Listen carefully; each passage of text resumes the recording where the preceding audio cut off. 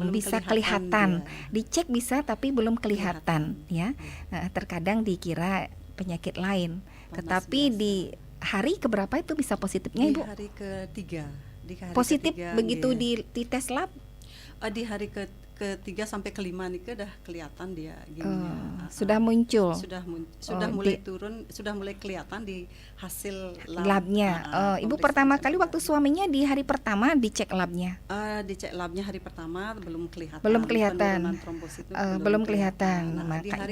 Di hari kelima dicek lagi berarti ya, Bu ya? Setiap hari kemarin iya. Oke, berarti ini hari pertama dia tidak usah dicek kalau begitu. Sebaiknya di hari kelima saja dicek untuk menentukan. Cuman itu berpulang ke kondisi tubuh kita. Kalau misalnya dia kondisi tubuhnya, daya tahan tubuhnya baik, kan bisa nahan. Dia bilang enggak kenapa masih bisa melawan sakitnya itu. Takutnya kan dia sudah lama, maksudnya bisa berinkubasi gitu penyakitnya di dalam tubuhnya gitu, karena daya tahan tubuhnya kuat, jadi dia bisa bertahan. Tetap kalau misalnya sudah mengalami gejala seperti panas tinggi, sakit kepala, terus sakit sekujur tubuh, sendi gitu, otot-ototnya itu memang sakit, beda ciri-cirinya, Bu ya. Kalau tipes kan nggak sampai sendi-sendinya tuh sakit ya. Itu tipes. Kalau saya pernah tipes dulu, itu ada diarenya. Ada diarenya dan di perut yang sakit, bukan badan sendi-sendi, bukan. Nah itu dan panasnya juga sama, panasnya sampai 39 derajat Celcius, bahkan saya sampai disuntik dulu untuk menurunkan panas itu ya. Tapi ya sekarang tidak terjadi demam berdarah, itu hanya tipes katanya. Tipes. Tipes juga harus makan bubur yang lembut-lembut begitu ya. Nah, kalau DBD ini untuk makanannya itu gimana, Bu? Kalau makanannya bebas. Boleh nasi ya? Boleh, tapi harus itu dah minum kalau bisa. Minumnya yang banyak. Air putih yang banyak. Baik. Oke, boleh kita jeda dulu ya dengan beberapa mitra usaha atau iklan layanan masyarakat.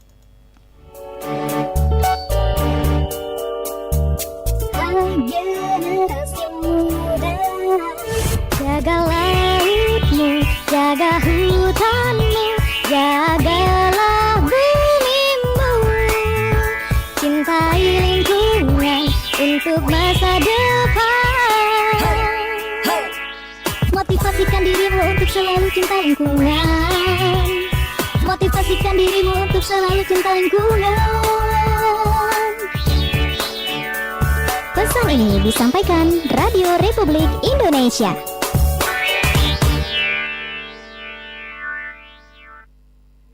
Din, kemarin kamu udah nyelesain tugas belum?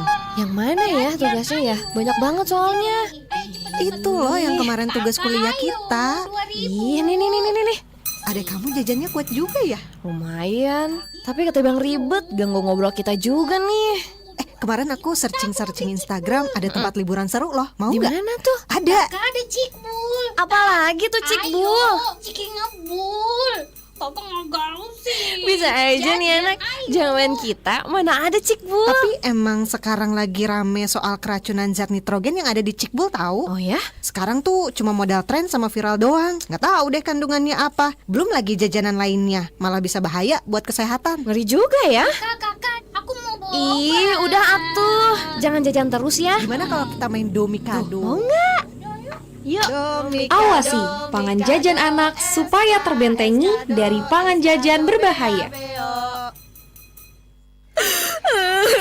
Udah Beb, jangan nangis lagi. Malu tuh dilihat orang. Nih, tisu buat lap air mata kamu. Loh, kok makin kencang sih nangisnya Beb? Tisunya udah bisa tupek nih. kamu udah aku maafin. Nah, terus kenapa kamu masih nangis? Karena kamu kasih aku tisu. Ya, apa hubungannya tisu sama aku? Kamu tahu nggak, pembuatan tisu itu menggunakan kayu. Dari satu pohon berumur 6 tahun hanya bisa menghasilkan 40 lembar tisu.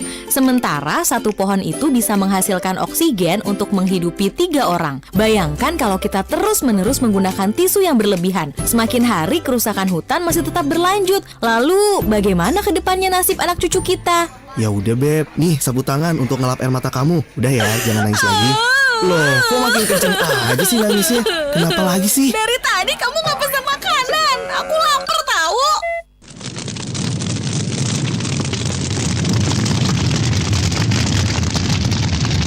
hujan lagi. Becek di mana-mana, barang bekas banyak menumpuk.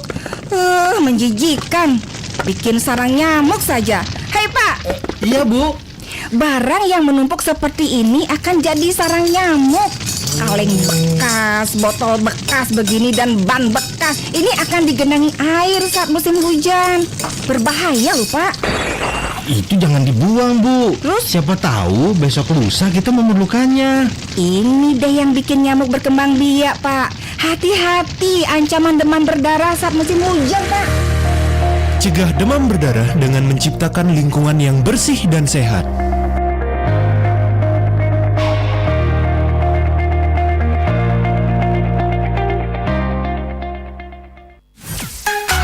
Kanal informasi dan inspirasi Terus satu. Baik, terima kasih untuk Anda semua yang masih menikmati siaran kami RRI Singaraja 97,9 FM 101,2 MHz dan AM 1080 kHz. Kami masih ada di acara Klinik Angkasa kerjasama RRI Singaraja dengan RSUD Buleleng ya. Ya, Ibu Uluh, kita kembali terima penelpon ya. Penelpon yang kedua. Halo, selamat siang. Selamat siang. Selamat Satu siang. dari Singaraja. Iya, Pak Nyoman Sudarsana. Iya betul sekali. Pak Nyoman, nggih, volume radionya tolong ya dikecilkan atau dijauhkan. Iya, iya. Nggih.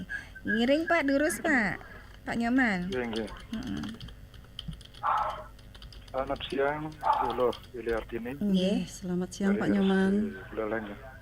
Terima kasih atas kehadiranmu, atas informasi Nggih. terkait dengan peran sanitasi dalam mencegah DBD ya, Nggih, dan peran lingkungan juga ya. betul. Di mana tadi sudah banyak disampaikan, sudah sangat bagus sekali. Di mana ini perhatian masyarakat harus mengikuti apa yang telah disampaikan tadi. Di mana masyarakat sudah semakin paham ya dengan informasi-informasi dari dinas kesehatan dan lain sebagainya, sehingga Buleleng ini sudah menurun ya, menjadi korban DBD di tahun 2023 ini. Tentunya kita harus tetap waspada, jangan sampai terkena kembali. Di sini kami ada pertanyaan kepada Ibu. Seandainya masyarakat ada yang terkena DB, bagaimana cara pemeliharaannya yang baik agar tidak berkelanjutan? Yang kedua, di sini kami lihat sering ada bogging, dan bogging itu bagi kami kurang efektif. Kalau menurut dinas bagaimana? Kami lihat dan juga sangat membahayakan ya, baunya itu sangat menyengat sekali, apakah tidak membahayakan kesehatan masyarakat. Itu saja kami sampaikan. Mudah-mudahan dengan informasi Ibu dari dinas kesehatan dan juga rumah sakit umum daerah, masyarakat akan semakin paham terkait dengan antisipasi pencegahan demam berdarah di Buleleng.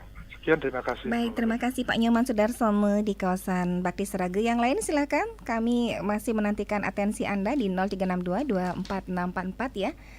Dan Pak Nyoman Sudarsana tadi menanyakan masyarakat nih harus juga mengikuti apa yang disampaikan oleh para nakes begitu ya. Kemudian ada dua pertanyaan yang disampaikan. Seandainya masyarakat terkena demam berdarah, bagaimana cara penanganannya? Kemudian terkait dengan fogging ini Bu Luh. Fogging menurut beliau kurang efektif karena baunya yang menyengat dan akan berdampak pada kesehatan. Silakan Bu Luh. Terima kasih Bu Pipit. Saya akan coba jawab pertanyaan dari Pak Nyoman Sudarsana yang ada di Bakti Seraga. Begini Bapak, kalau misalnya sudah terjadi masyarakat sudah terkena demam berdarah, apa yang harus kita lakukan? Sebaiknya kita langsung memeriksakan diri ke dokter karena biar tidak ada keterlambatan. Kalau sudah mengalami gejala-gejala seperti yang Tiang sampaikan tadi, seperti panas tinggi, demam tinggi, terus menggigil, sekujur tubuh, maksudnya sendi, otot itu sudah mengalami sakit seperti ini, ke mual, itu bisa Bapak segera bawa ke dokter atau puskesmas atau rumah sakit terdekat untuk mendapatkan pengobatan. Selain itu Bapak juga bisa melaporkan kejadian ini ke dinas terdekat, instansi terdekat untuk melakukan pencegahan. Lebih baik mencegah daripada mengobati, kan seperti itu Bu ya. Kalau sudah kadung kena, kita harus mengobati. Nah, selain itu yang paling efektif di sini sebenarnya adalah melakukan gerakan PSN 3+ itu tadi. Kita harus melihat, memperhatikan lingkungan di sekitar kita. Dengan cara itu dah menguras, mengubur, mendaur ulang, mereuse yang sudah kita tidak pakai lagi. Jangan menyimpan barang-barang yang sudah kita tidak pakai di dalam rumah, karena itu juga bisa menjadi sarang persembunyian. Apalagi kalau isi air, karena sekarang kan musim pancaroba ini, siapa tahu ada air yang tersimpan maksudnya di tempat-tempat yang kita simpan itu yang sudah tidak berguna nih, seperti ember, bahan bekas seperti ini. Nah, itu kita tidak bisa lihat dan pantau. Itu menjadikan sarang untuk nyamuk Aedes aegypti untuk berkembang biak. Itu adalah tempat yang dia sukai. Seperti ini ke Bapak. Nanti untuk di rumah, kalau misalnya Bapak suka berkebun, Bapak bisa menanam tanaman yang tidak disukai oleh nyamuk seperti bunga lavender, sereh, seperti itu, bunga kemangi. Itu kan aroma-aroma yang tidak disukai oleh nyamuk Aedes aegypti. Kalau misalnya Bapak suka memelihara ikan, Bapak bisa memelihara ikan yang bisa nanti memutus rantai penularan dari perkembangbiakan dari nyamuk Aedes aegypti. Seperti itu, ikan, kalau yang di pot-pot kecil itu bisa ikan cupang, ikan mas, itu bisa dia sebagai biologi, pengendalian secara biologinya. Kalau pengendalian secara lingkungannya itu dengan cara menguras, mengubur dan mendaur ulang dari bahan-bahan, dari alat-alat yang sudah kita tidak pakai lagi di rumah. Seperti itu Bu. Iya. Mengenai fogging? Untuk fogging memang di sini fogging kan fungsinya untuk membunuh nyamuk dewasa. Fogging ini pun ada dosis-dosisnya yang maksudnya yang kita pakai.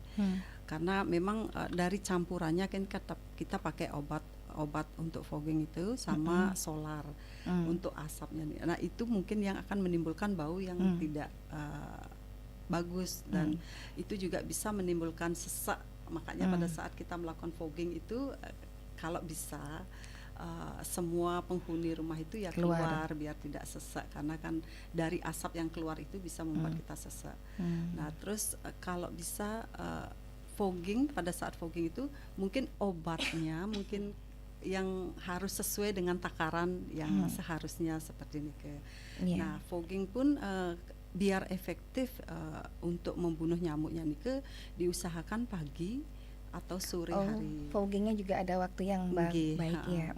Pada saat itu pagi sama sore ya. Pada saat nyamuk Aedes aegypti ini aktif dia mencari mangsanya. Di samping itu pada saat pagi sama sore nih kan udaranya nih kan ndak terlalu kencang dia gini, hembusan, tergantung juga aliran udaranya. Baik, Pak Nyoman Sudarsana, itu yang bisa disampaikan ya. Untuk foggingnya ini udah ada takaran, udah ada aturannya, dosisnya begitu ya. Memang sih saat di fogging kita akan merasakan gimana ya, asapnya. Iya, asapnya keras sekali ya. Karena dia bahan bakarnya pakai solar. Ya. Kemudian ada zat tertentu ya. Itu tidak bisa membunuh jentik-jentiknya ya, hanya nyamuk dewasa saja. Itu jarak berapa itu? Kalau dari satu 100 rumah? meter. 100 meter saja. Oke. Dan fogging dilakukan pada pagi dan juga sore hari, karena itu adalah jam aktivitas nyamuknya ya. Kalau di luar daripada jam itu dia sudah tersembunyi. Kenapa? Kalau tersembunyi kita fogging saja, kan dia jadi mati kadang juga. kalau kita melakukan di siang hari kan embusan angin juga kita berpatokan juga sama itu, sama alam gitu kan. Biar lebih efektif, kalau kita mau efektif ya dicari di jam itu. Ya. Oke, Ibu, ini ada WA dari Bu Rinjani di kawasan Banyuning. Bu, bagaimana dengan rumah kosong, Bu? Rumah kosong itu biasanya kan ada kamar mandinya, ada juga di sana itu barang-barang yang tidak terpakai. Bagaimana cara mengendalikan nyamuk yang mungkin saja datangnya dari rumah kosong tersebut? Oh iya ya. Mm-mm. Kalau rumah kosong, ya itu yang susah ya, karena kan takutnya rumah itu terkunci. Tapi kalau misalnya di dalam rumah, Lingkungannya saja kalau difogging. bisa kan jangan barang-barang yang tidak kita pakai itu lebih baik ditengkurepin. Maksudnya kalau misalnya ada bocor hujan rumahnya atau gimana kan biar Iya. enggak ada genangan air di sana. Kan banyak rumah-rumah subsidi yang belum dihuni, Bu. Ya, belum dihuni. iya. Kemudian lingkungan di sana siapa tahu ada juga bekas-bekas apa yang itu memungkinkan ya berkembangnya demam berdarah ini, Bu. Ya, kalau yang seperti itu ya mungkin dengan jalan secara kimia tadi ya, dengan fogging aja kita bisa. Karena kalau dengan jalan abatisasi itu kan susah, karena kita tidak bisa masuk ke dalam rumah orang yang tidak ada penghuninya seperti itu. Seperti itu sih kalau misalnya. Itu dia, jadi sama-sama menjaga lingkungan ini, Bu. Jangan sampai satu sudah menjaga lingkungan dengan sebersih-bersihnya, kemudian di lingkungan satu yang lagi tidak, begitu kan rugi juga ya. Tetap nyamuk tetap ada ya. Oke, Ibu Pak Nyoman Sudarsana, terima kasih ya atensinya. Kalau belum puas silahkan telepon kembali kami di 0362246644, atau yang lain juga yang ingin sharing dengan Ibu Luh Wiriartini begitu, silahkan di sini ada tempatnya dengan topik peran sanitasi kesehatan lingkungan dalam mencegah penyakit DBD. Karena kita tahu pendengar, kita sudah masuk di musim hujan, jangan sampai demam berdarah atau nyamuk yang sekecil itu membunuh kita. Bagaimana dengan kasus DBD di rumah sakit, Bu, untuk tahun ini? Kasus DBD untuk tahun ini di rumah sakit masih landai. Landai itu yang kita harapkan. Ya, kita pun di rumah sakit punya program-program untuk mengendalikan DBD, khususnya di RSUD ya. Kita rutin melakukan abatisasi di tempat-tempat genangan air gitu. Terus untuk fogging juga kita rutin melakukan setiap sebulan sekali di rumah sakit untuk mengendalikan nyamuk dewasanya. Terus untuk yang abatisasi ini kita rutin setiap hari, kita kan ada monitoring, kebetulan yang di kesehatan lingkungannya ada monitoring juga air bersih, air limbah, sekalian kita melihat kondisi lingkungan di rumah sakit. Kalau misalnya memang ada genangan yang memang tidak bisa hilang, itu kita sudah langsung bubuhkan bubuk abate. Oh, yang di got-got itu ya. Di sana semua dikasih bubuk abate. Kita rutin melakukan abatisasi. Lebih sering mana, bubuk abate atau foggingnya? Kalau bubuk abate yang seminggu sekali keliling. Oh, berarti lebih sering abatenya ya. Kalau foggingnya kita lakukan setiap sebulan sekali. Baik itu musim hujan, baik tidak musim hujan, tetap itu rutin kita lakukan setiap bulan. Iya. Itu kita lakukan di pagi hari, di jam 5:30 pagi nih gitu. Itu mengantisipasi hal-hal tidak kita inginkan, terutama ini kejadian DBD ya. DBD di mana penyakit demam berdarah ini kok kenapa sih, Bu, sukanya menyerang anak-anak aja? Ya karena anak-anak di sini kan daya tahan tubuhnya lebih rendah dari kita. Makanya banyak kasus ini menyerang ke anak-anak. Seperti ini. Anak-anak aja ya. Tapi tidak menutup kemungkinan juga orang dewasa begitu. Terkadang di rumahnya yang ditinggal itu tidak ada nyamuk demam berdarah, ketika dia main ke rumah temannya mungkin di situ digigit, pulang-pulang sakit gitu ya. Jadi ini dah kerjasama yang harus kita bina, semua pihak, semua orang. Kalau kita di lingkungan sendiri ya kita sendiri yang harus menjaga lingkungannya gitu agar tetap bersih. Kalau lingkungan bersih kan otomatis serangga-serangga seperti nyamuk ini tidak bisa bersarang, tidak bisa berkembang biak seperti itu. Ya, mengenai tanaman ini, Bu. Nah, ini saya juga suka tanaman, Bu ya. Tanaman yang tidak disukai nyamuk itu kalau di Bali namanya bunga yang bulat yang ada 5 ini tuh. Kalau bunga dara ya. Bunga apa namanya? Dibilang bunga dara. Oh, bunga dara namanya. Yang kalau di kampung ungu, ada ungu, ada putih. Iya, putih, iya itu. itu memang benar tidak disukai nyamuk, Bu? Kalau dilihat dari teorinya ya. Iya. Dan ada juga lotion tertentu yang mereknya tertentu begitu ya. Di sana ada kembang itu untuk lotion itu karena jadi tidak disukai nyamuk. Ya, aromanya yang tidak disukai oleh nyamuk. Kalau yang bunga lavender itu kan gampang sekarang ya Bu ya, sudah banyak ada yang jual. Tapi di sini tidak bisa tuh tanam, mati dia. Beda dengan di daerah dingin ya, di Bedugul, Pancitsari itu bertahan dia lama. Saya pernah beli sampai di sini mati, tapi yang tahan itu tuh bunga bunga darah sih. Bunga darah namanya. Kalau saya di kampung saya namanya bunga meong-meong. Bunga. Kalau di sini bunga darah. Nggak tahu bahasa Indonesianya apa itu. Dan saya pernah membuktikan begitu ya, karena bunganya banyak di rumah, saya potong-potong, terus taruh dalam vas, taruh di kamar. Ya malamnya betul nggak ada nyamuk. Luar biasa. Iya, nggak ada nyamuk itu. Iya, praktekkan sendiri. Bener nggak sih gitu. Kemudian juga pernah saya ambil bunganya, langsung saya lumatkan di sini gitu ya. Terus oleskan emang nggak. Luar biasa. Tapi kalau sirih baru tidak, karena itu tajam kali ya. Sirih sereh. Itu mungkin apanya tuh, kalau tidak dipetik kan tidak bau dia ya. Sereh nike kan mungkin aromanya itu bagi nyamuk itu memang sudah tercium ya, makanya hidungnya, kalau bagi kita kan hidungnya nyamuk itu sangat sensitif ya. Mungkin makanya dia kalau ada sereh banyak di sana kan takut dia sampai nyamuknya ke sana. Gitu ya. Jadi untuk masyarakat yang ada di desa yang punya mungkin ya, punya kebun halaman lebih ya, jangan lupa untuk tanamin itu ya. Halo, selamat siang. Selamat siang Mbak Bibi. Halo Armada.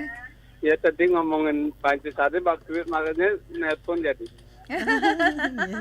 Iya, karena bunga lavender di sana cocoknya. Kalau bawa di beleleng tuh mati bunganya, Armada. Iya, nanti kalau nyari lavender nyari di Indomaret aja ada. Ke promosi ke Indomaret. Bagaimana? Ini ngomongin apa Mbak Bibi? Tentang lingkungan dan mencegah penyakit demam berdarah begitu. Nyamuk Wolbachia. Oh, belum sampai ke sana ini ya, Wolbachia. Wolbachia. Bagaimana Ibu lo siap untuk membahasnya sedikit saja terkait dengan Wolbachia?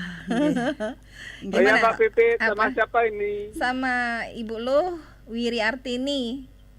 Bu lo, salam kenal, semoga sehat lalu. Untuk Pak Bibit, selamat bertugas, dadah. Terima kasih. Coba disinggung sedikit aja apa yang Ibu ketahui terkait dengan nyamuk Wolbachia yang memang pro dan kontra ini ya Bu ya, dan sampai sekarang juga belum disebarkan begitu. Silahkan Ibu lo. Ampun niki sebelumnya nanti kalau kurang lebihnya nggih tiang juga secara gini baca di gini di media. Untuk bakteri Wolbachia ini kan dalam spesies nyamuk Aedes aegypti ini akan menyebabkan virus DBD pada nyamuk tidak akan bisa berkembang karena dia mengandung mengandung bakteri gitu. Mengapa Wolbachia ini dapat mengatasi kasus DBD? Karena bakteri Wolbachia ini diketahui merupakan bakteri alami yang banyak ditemui di berbagai jenis serangga. Melalui riset ilmiah yang dilakukan para peneliti World Mosquito Program, bakteri Wolbachia ini disuntikkan ke nyamuk Aedes aegypti mampu mencegah replikasi virus dengue yang menjadi sumber penyakit DBD gitu. Wolbachia ini juga aman untuk manusia, untuk hewan dan lingkungan. Wolbachia ini sudah diuji cobakan. Selain di Kota Bandung, Kemenkes RI juga menetapkan 4 wilayah lain yang juga termasuk ke dalam uji coba penyebaran nyamuk ini, yaitu di Kupang, NTT, Kaltim, Semarang gitu. Jadi sudah diuji cobakan. Makanan utamanya kalau di alam kayak serangga yang lain itu madu untuk gini Wolbachia-nya ya. Tapi nyamuk betina itu berubah bentuk, dia butuh protein darah untuk memproses reproduksinya untuk menghasilkan telur seperti ini. Nah, nyamuk Wolbachia ini dah yang mengandung bakteri itu, yang bakteri ini apabila masuk ke tubuh nyamuk Aedes aegypti, ini akan membuat nyamuk Aedes aegypti itu kayak seperti mandul gitu. Jadinya sel telurnya itu tidak bisa keluar, maksudnya tidak bisa aktif gitu, tidak bisa menularkan penyakit DBD gitu, seperti ya. Itu sekilas yang tahu karena belum memahami sekali nih ke yang sempat baca seperti ini ke Bapak Armada di Pancasari. Mudah-mudahan bisa menambah sedikit informasi. Betul. Baik, Armada, terima kasih ya atas atensinya, sudah dijawab walaupun hanya kulit-kulitnya saja terkait dengan nyamuk Wolbachia yang memang masih pro dan kontra ya Bu ya. Makanya belum disebarkan sampai saat ini. Baik, oke, waktunya juga tinggal beberapa menit lagi Bu sebelum kita akhiri acara ini dan sebelum Ibu melanjutkan tugasnya di rumah sakit ya. Kita akan berikan mungkin dulu Bu untuk closing statement Bu, silakan. Oke, Nyamuk Buleleng, mohon kepada pendengar RRI yang tercinta, terapkan pola hidup bersih dan sehat dari diri kita sendiri. Dan menjaga lingkungan agar tetap bersih. Kalau ada gejala-gejala sakit seperti yang Tiang jelaskan tadi, demam tinggi, ngilu, sekejur tubuh sakit gitu, tolong segera ke dokter biar mendapat pengobatan segera agar tidak terjadi keterlambatan. Terus untuk bapak-bapak dan ibu-ibu yang sudah mempunyai kolam di rumah, bisa tetap maksudnya menjaga biar diisi ikan untuk memutus rantai dari dari nyamuk Aedes aegypti ini, perkembangbiakannya. Terus untuk ibu-ibu yang suka menanam itu dah tanaman-tanaman cantik sebenarnya ya, bunga lavender itu cantik, cuman sayangnya di daerah panas kurang cocok ya, jadinya diganti dengan yang lain. Ya, kalau misalnya punya halaman luas bisa nanam serai selain untuk keperluan dapur, kita bisa juga untuk mengusir nyamuk seperti ini ke Bu Pipit. Baik, terima kasih Bu Loh Wiriartini SDRkes ya sudah memberikan edukasi kepada masyarakat. Ibu Loh Wiriartini sebagai tenaga sanitarian RSUD Kabupaten Buleleng. Dan terima kasih juga untuk yang sudah telepon tadi di 24644, Pak Petua yang di Tajekule, Pak Nyoman Sudarsana di kawasan Pakri Sraga, terakhir Pak Armada di Pancasari yang sudah WA Ibu Rinjani di kawasan Banyuning. Ya, semoga acara ini ada manfaatnya untuk kita semuanya. Ibu, satu lagi Bu, apa? Boleh menyampaikan pantun ya Bu ya. Oh iya, berpantun juga Ibu Loh, silakan Ibu. Ya, biar tidak ketinggalan. Burung dara, burung cendrawasih. Iya. Cari dulu di Papua. Cukup sekian dan terima kasih Bu Pipit. Semoga bermanfaat untuk semua. Baik Ibu Loh, terima kasih pantunnya dan kita akhiri dengan Parama Santi. Om Santi, Santi, Santi, Om.